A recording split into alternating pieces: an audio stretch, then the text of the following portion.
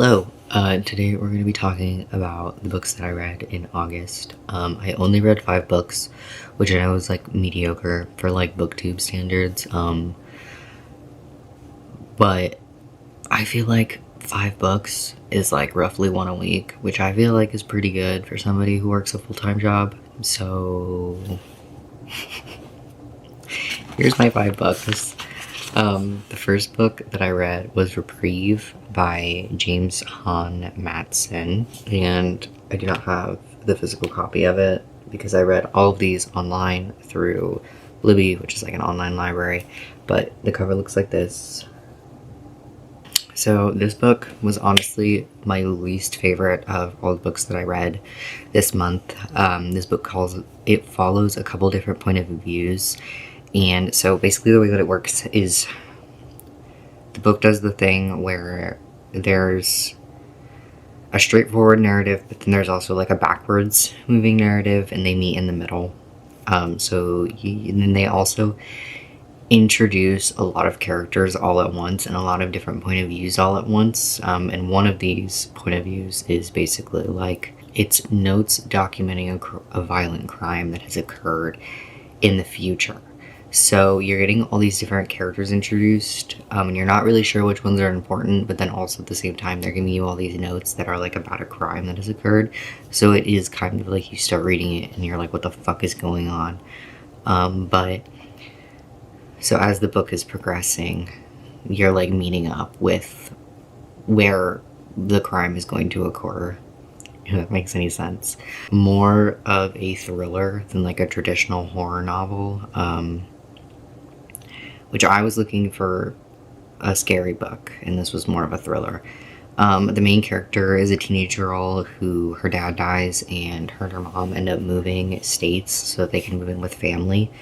And she struggles with making friends, and she gets a job working at a like McKamey Manor style haunted house, and you're led to believe that the crime that is going to happen is associated with the haunted house.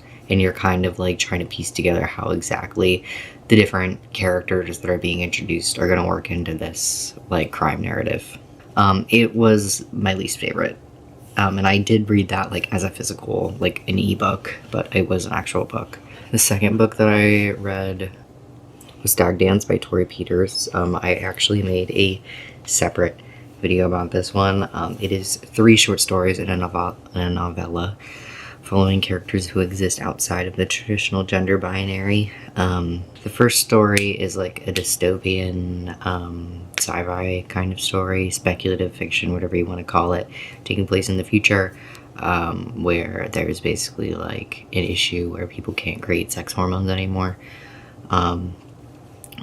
The second short story is a drama that takes place at a boarding school between 2 roommates.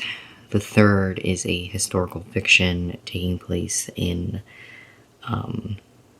like a lumberjack kind of situation. And then the fourth short story is a drama about a person who goes to like a meetup in Vegas, and it kind of goes wrong, and they like run into this like, it's like a very like unsettling, I wouldn't call it horror, but it is weird. The third book that I read was Dark Rise by C.S. Pacat. Oh, and Stag Dance, I listened to that as an audiobook. This one I read physically. This story is a YA epic fantasy about an MLM couple, enemies to lovers situation. Low-key slop, but entertaining slop. The story is kind of convoluted, but it is typical YA fantasy. Like a 17-year-old guy named Will is the chosen one, and he has to defeat the bad guys. But in the bad guys, there's a guy named James. But James was my favorite. But I like characters that are like victims of their situation. James is like low-key brainwashed. So he kind of like becomes part of their group.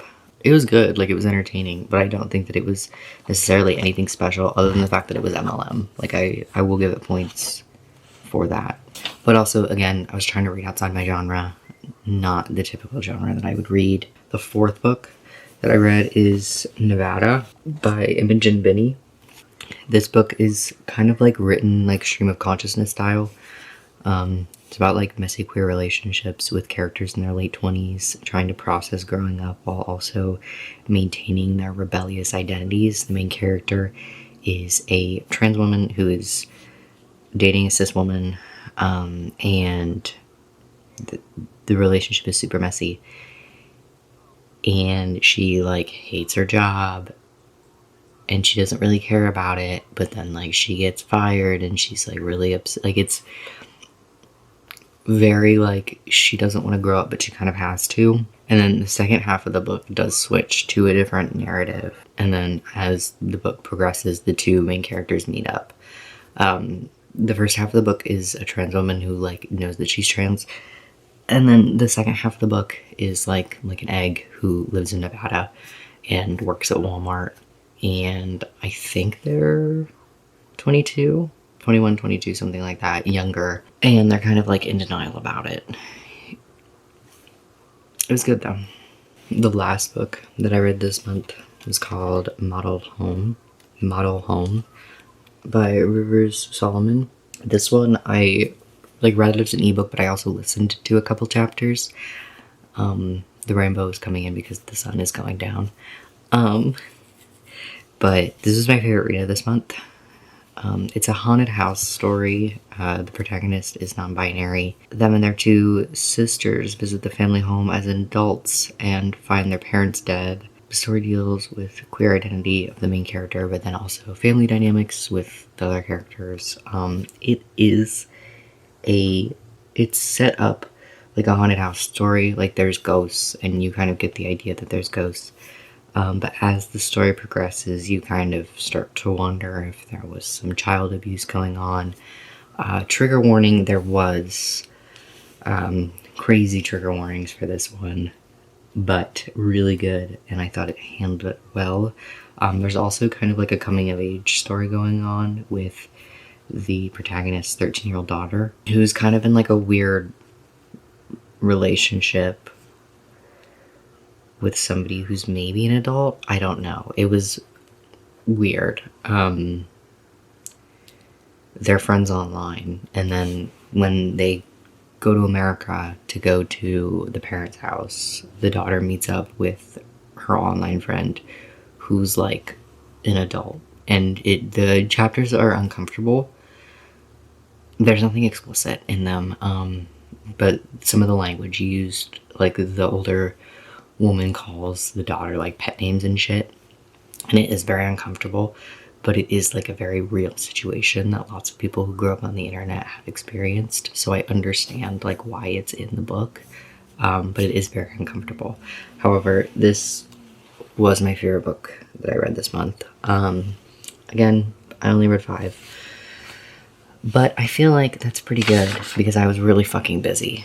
So yeah, if you have any recommendations along this line, I primarily read horror. I've already finished 2 books for September. Both of them were horror. I'm probably going to continue reading horror books until November, just because I kind of like to read those during the fall, and save the more like narrative shit for after Halloween's over.